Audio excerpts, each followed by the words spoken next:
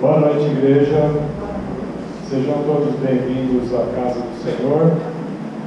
Nós vamos começar mais um culto de louvor e adoração. E nós vamos ler uma passagem que está no livro de Colossenses, capítulo 1, o versículo 15.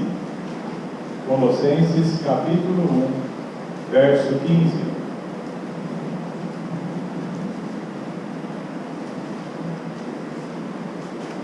Nós vamos ler tanto o versículo e depois embaixo o comentário. O qual é a imagem do Deus invisível. Quem? Jesus. Quando nós lemos esse texto, nós entendemos que Colossenses 1 fala sobre Cristo Jesus. Então ele, Jesus, é a imagem do Deus invisível, o primogênito de toda criatura. A definição da palavra primogênito é o primeiro a ser gerado. Mas além disso, primogênito também pode significar alguém que é altamente distinto, ou seja, algo que é muito superior, que é diferente. E também pode significar o primogênito de todos os santos, de todos aqueles que estão no céu.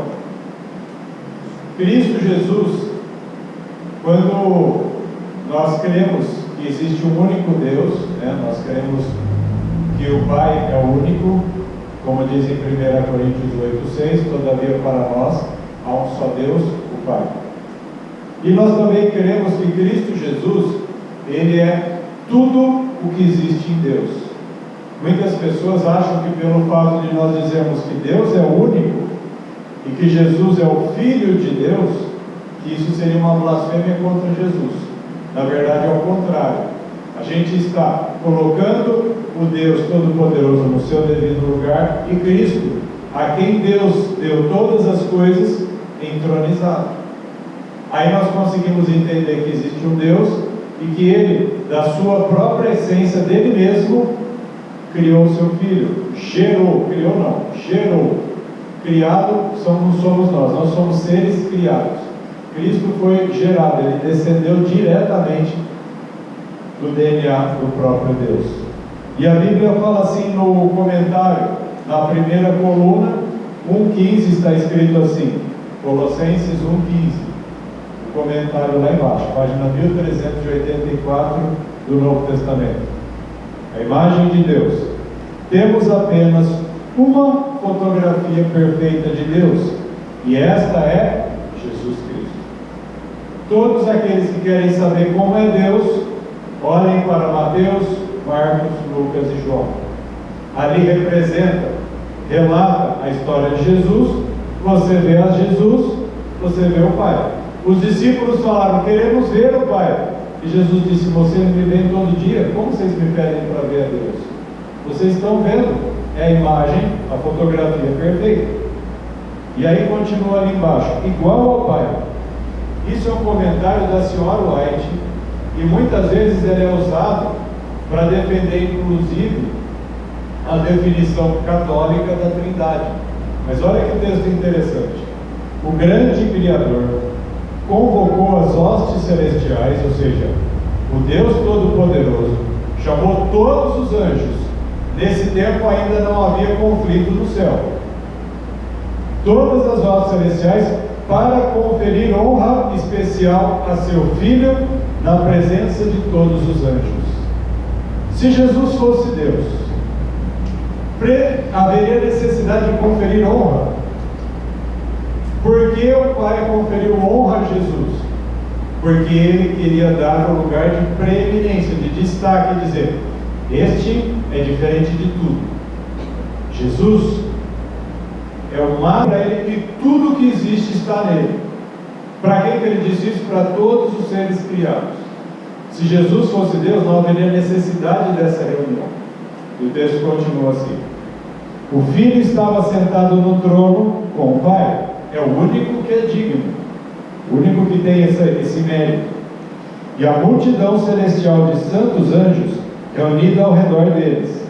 Então, o Pai fez saber, por sua própria decisão, Cristo, seu Filho, devia ser considerado igual a Ele. E é isso que nós cremos. O próprio Deus disse: tudo o que eu tenho, eu dou para ele. Se eu sou alguma coisa, meu filho vai ser exatamente do mesmo jeito que eu sou. O que vocês veem em mim, vocês verão nele. Então, seu filho devia ser considerado igual a ele, de modo que, onde quer que estivesse seu filho, isso valeria como a sua própria presença. Se Jesus fosse Deus, essas palavras necessitariam ser proferidas para os anjos do Senhor?